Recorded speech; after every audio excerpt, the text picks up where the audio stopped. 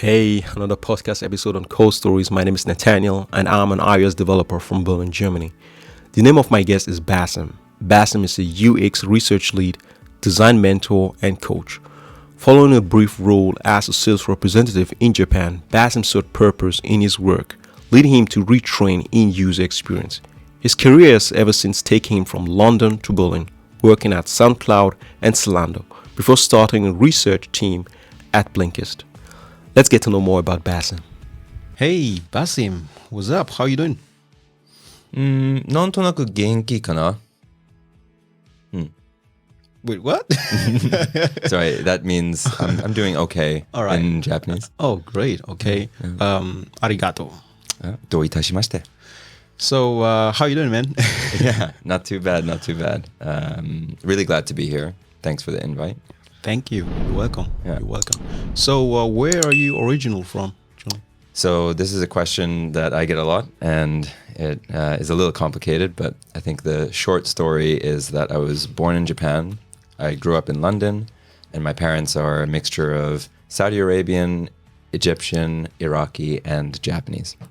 Wow. Okay. Yeah. And I have an American accent for some reason. That's complicated. Yeah. But that's beautiful. That's beautiful. Thank you. I'm impressed. So, how long have you been in Germany? I've been in Germany for exactly 5 years now. So I moved in July 2015 to Berlin. Yeah. And it was supposed to be for just 6 months, but ended up being 5 years. All right. So, before you moved to Germany, you were living in London. London. Yeah. Kind of my hometown, I guess you could say. All right. And before London, you were? Before London, I was in Manchester. So still in the UK, Okay. but not quite as differentiated, let's say. All right. Yeah. Cool. Okay. Tell us about your journey into tech, or let's Yeah. say into UX research. How did that happen? So, there were quite a few things that led to me actually getting on to UX research as a career. And I think the first kind of small step that I made towards working in the tech industry was doing a master's in Manchester in digital media. And that kind of gave me an introduction to like the tech and the creative world. But it was only after working in the industry for a year that I was exposed to UX as a kind of practice and as a role within a company. And it was at that point that I decided to leave my job and do a UX-focused boot camp in London. What's the name of the boot camp?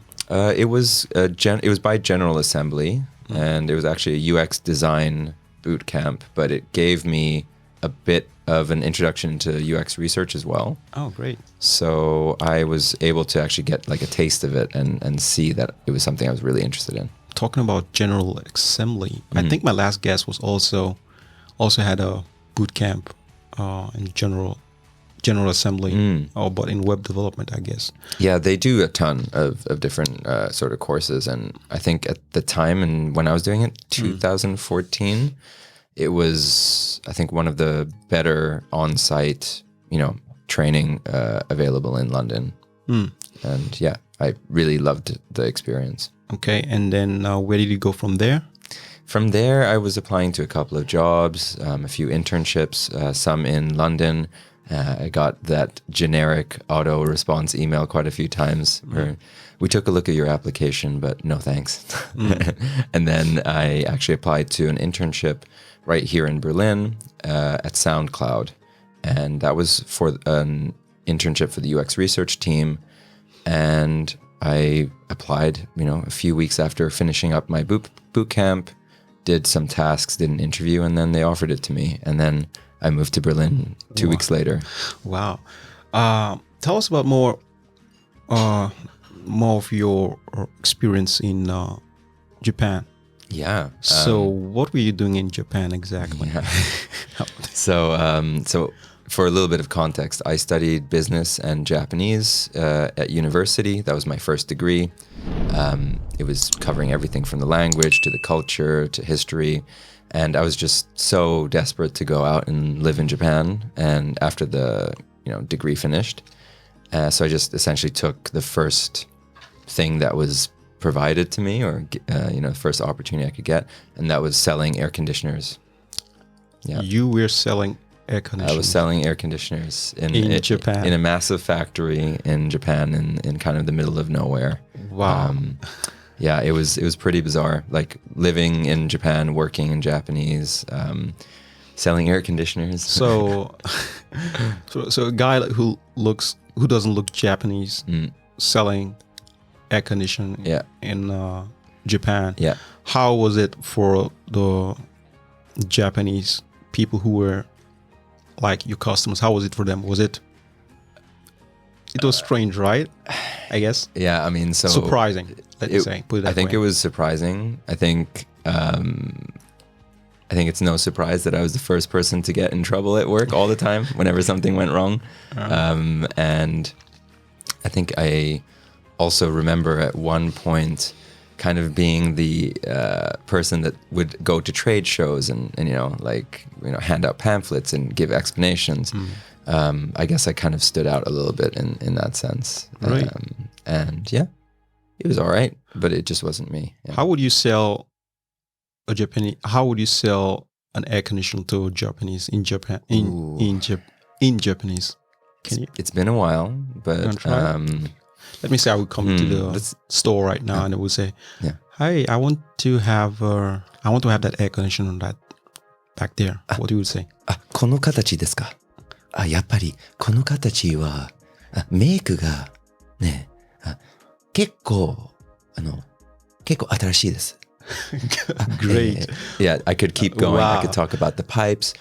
パイプが超長くて、最も便利なモデルです。Amazing. Amazing. Great. Thank you. I didn't sell a lot of air conditioners. I'm sorry. And they ran away. They were just they was starstruck, and they were like, "Okay, let's go." Yeah. Great. That was amazing. By the way. Thank you. So why was UX research? Why did UX research stood out from all the different fields in tech, for example? Why was it something you said this is what I want to do? It's a great question. I think it ultimately came down to a few things.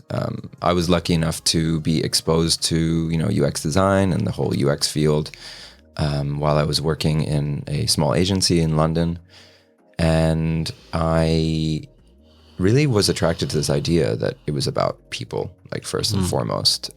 It felt really complementary to my own sort of interests and I would say skill sets as well, because I love talking to people and I'm the kind of person that really likes to sit down with somebody and can understand their story. And when I figured out that this is actually a potential career path within the tech field, it just really stood out to me. And also I learned quite quickly that although I'd argue an eye for design, definitely don't have the fingers for design. So I wasn't able to really make use of the tools or really feel confident actually putting my thoughts down to paper or prototyping or anything like that. Do you think your experience in Japan as a salesman, did it give you any advantage in your experience as a UX designer, because you were having a lot of interaction with people during your time in Japan? And was that something that actually helped you a lot, like understanding what your customers want, understanding your demand, and being able to supply? Interesting. I think maybe in some very subtle ways it did. And I think when I think about doing sales in any sort of context, as you said, you need to understand your customers' needs. There's usually a bit of kind of negotiating or a bit of kind of just getting to the bottom of what that person's actual problem is. But I think sales felt to me a little bit more clinical and oriented. I mean, ultimately it was our job to sell the product, and understanding the customer was only a small part of that. I think one thing that I don't really like about sales is this whole idea that, you're also maybe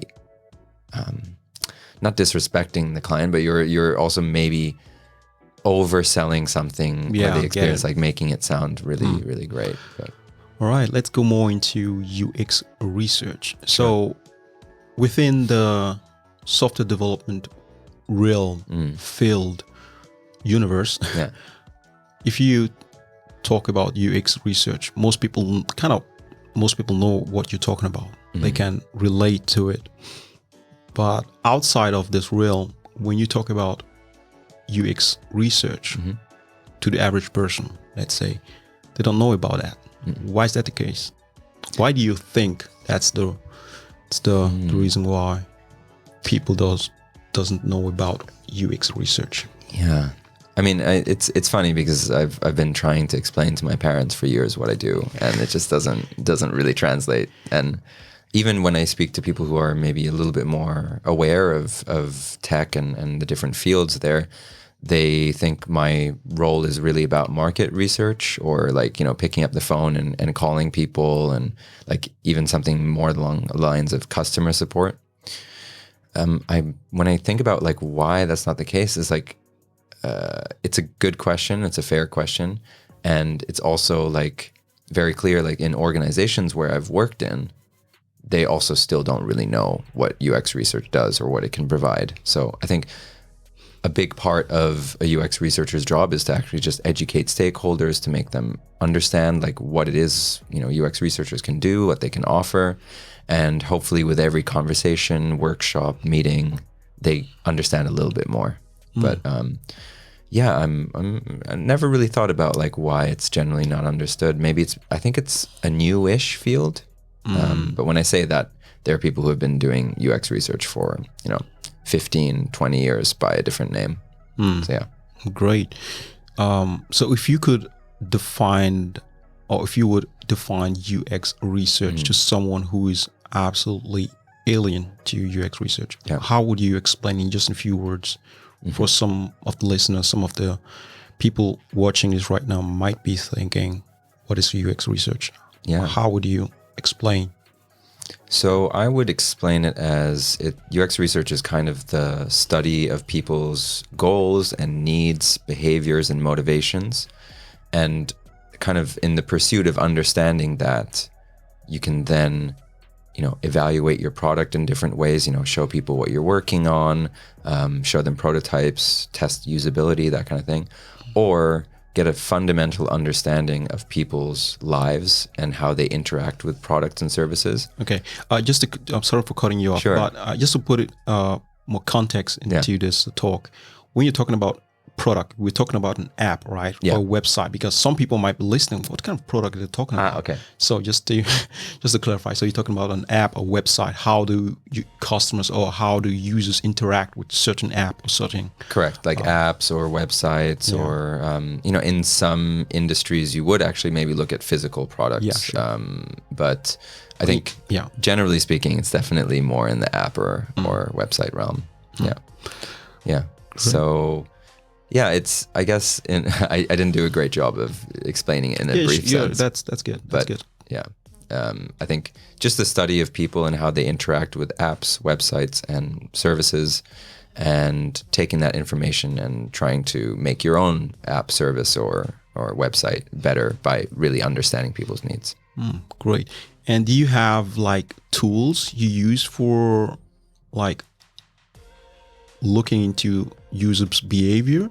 Do you have certain, let's say, how do I put it? Let's say certain goals you have to reach for you to be able to have enough data to say, look, this is how users interact with our product, and so we have to respond to this behavior. So do you have certain tools, certain software, apps, or whatever is out there that you look into to get a more like precise data from the user? I think it's a really important point to bring up the idea of data being precise, because ultimately I think all you can do as a UX researcher is try to get to the closest point of truth that you might take away as an insight.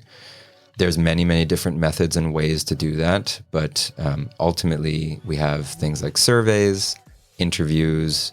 You might have focus groups, or even more interesting and complex studies such as diary studies, where you actually follow people for a week or two and check in with them on a daily basis.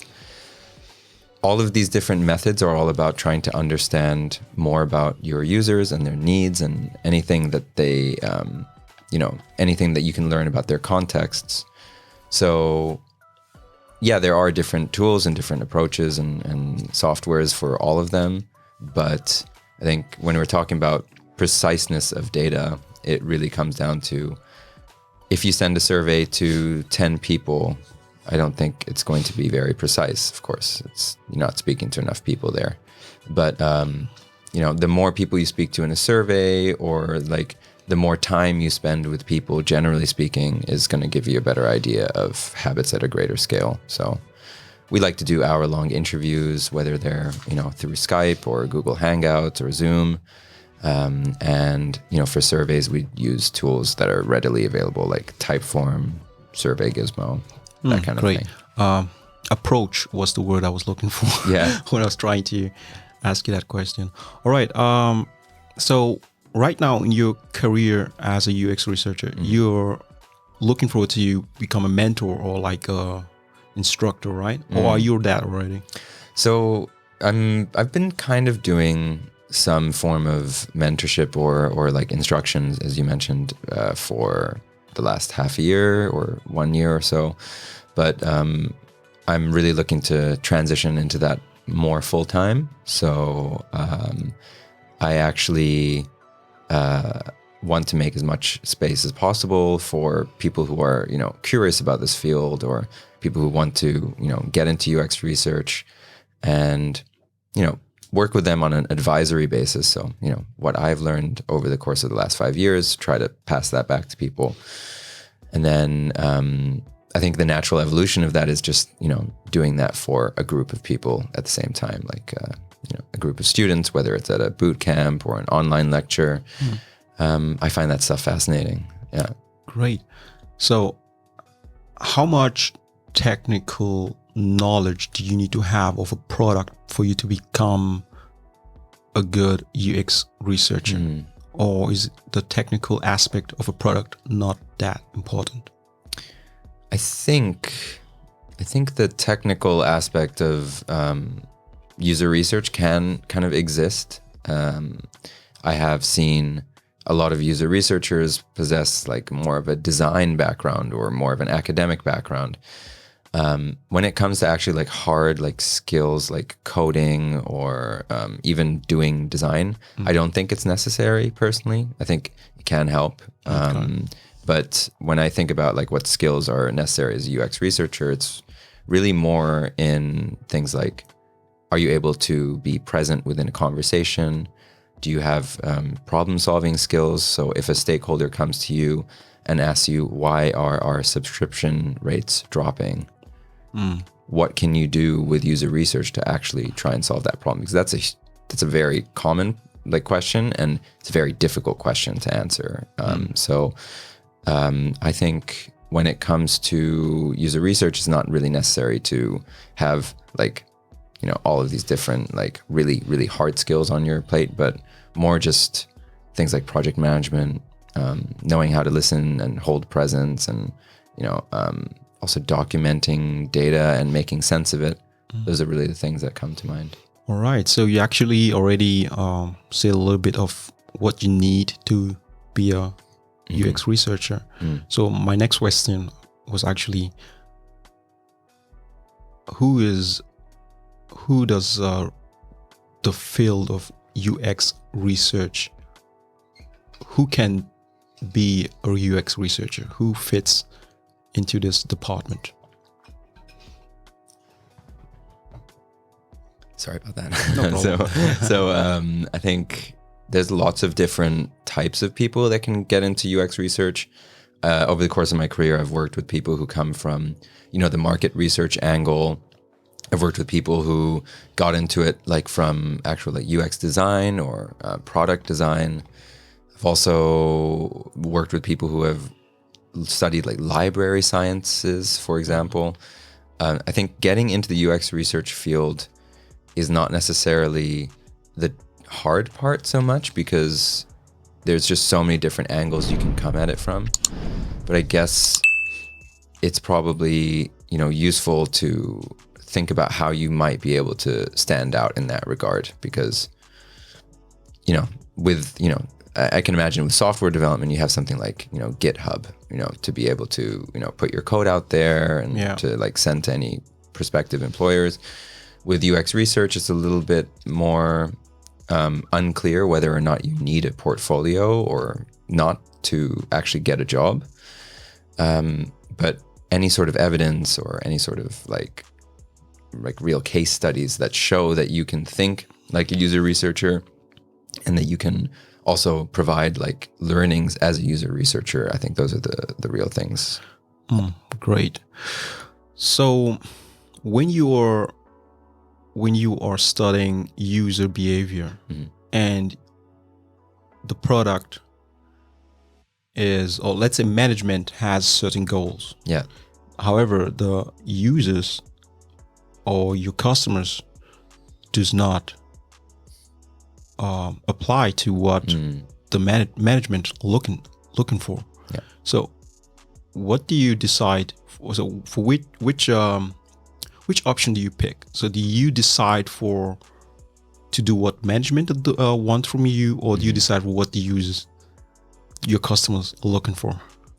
So it's a classic problem, and it's a real, like, I think it's a real kind of fallacy with this industry that, some people who set up companies or startups or, certain management teams get successful off the base of ideas that they've had and they got lucky. But oftentimes I have encountered situations where, let's say, a particular product or feature or business idea was suddenly becoming the main focus of a company. And when asked, where's the evidence of the user need for this? There isn't one. And I think that's really challenging, because then you have to just hope that, the user need and the business need do align at some point. Because if you're just putting something out there that you're not sure if people want, or if you're not sure people are ready for it, then you have to be pretty lucky for it to succeed, or have really good marketing, maybe. Yeah. So it's always, would you say it's always safe to pick what the users want? This is another great question, because ultimately, what people say that they want is only really one layer of the equation. So, what a person says to you in an interview, it's what they choose to say, and it's what they remember. And sometimes what they choose to say can be to try and impress you, or to try and sound nice, or maybe they just had a terrible day that morning, and they're stepping into the interview and they're going to be super negative. So doing what users say is not necessarily the right answer, but figuring out how to spend enough time and resources and the right focus to really understand what they want beyond just that first layer of what they say they want, that's pretty critical.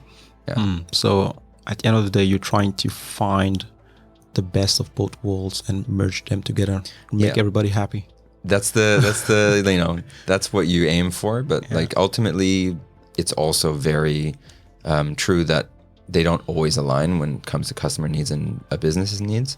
I mean, also like add another layer onto that, like the technical difficulty to implement something. Yeah, like you also have to consider that, right? Like you have to think about the developers too. Yeah, absolutely. Like I really like developers. So so it's super important to actually try and take all of those considerations in mind. So I know oftentimes I'll, if it's a really big project that we're embarking on, like a redesign, or if it's something that's really fundamental to people's needs and motivations, try to with my findings, I'll try to actually sit down with not just the people who, hold the decisions, but also the people who have to craft and build the stuff that we're talking about. And then we try and grade everything on a scale of like user need, technical difficulty to implement, and, business impact. Great. Thank you very much. Sure. So do you have any resources out there that you create, like a blog or something that you would recommend to anybody listening when it comes to UX research? Honestly, I think the best thing to do is to try and seek out a role model or a mentor or anybody who really stands out in your eyes as somebody that you want to speak to or somebody you want to learn from. And there's that fun. Yeah. But yeah, like LinkedIn is a really great source to just reach out to people in the community and the industry, ask them for a couple of, tailored advices and, get their input on things. There's also a list of mentors called the ADP list. It's the Amazing Design People list. Tons of people have joined that ever since, the situation that we're living in right now. And there's a lot of people there willing to give like free advice, sit down with you for 30 minutes on a phone call. I prefer the people-oriented approach to just reading lots of, literature and stuff. Just because ultimately a conversation can spark so much more than some, journal articles can. Other than that, I would also recommend just looking on Medium for any particular like topics that are interesting to you. And I think you're looking forward to also do a blog, right? So I'm looking to get more into writing myself, but at the moment I've just published one article on Medium. All right. I'm thinking about what else to put out there, but I think some of it's also going to just be personal writing. I think writing is pretty great. Wait, okay, then I'm going to add it to the video description for the people who are interested. All right, Basim. Yeah. Thank you very much for being my guest. Absolutely. I really appreciate your time. And arigato. どういたしまして。アレックス・グラハムベルによって電話が発明されました。おー。やっぱりね、今日は暑いやろ。暑いな。すぐ、Yeah, I lost my train of thought. I was completely lost my train of thought. Great. Man.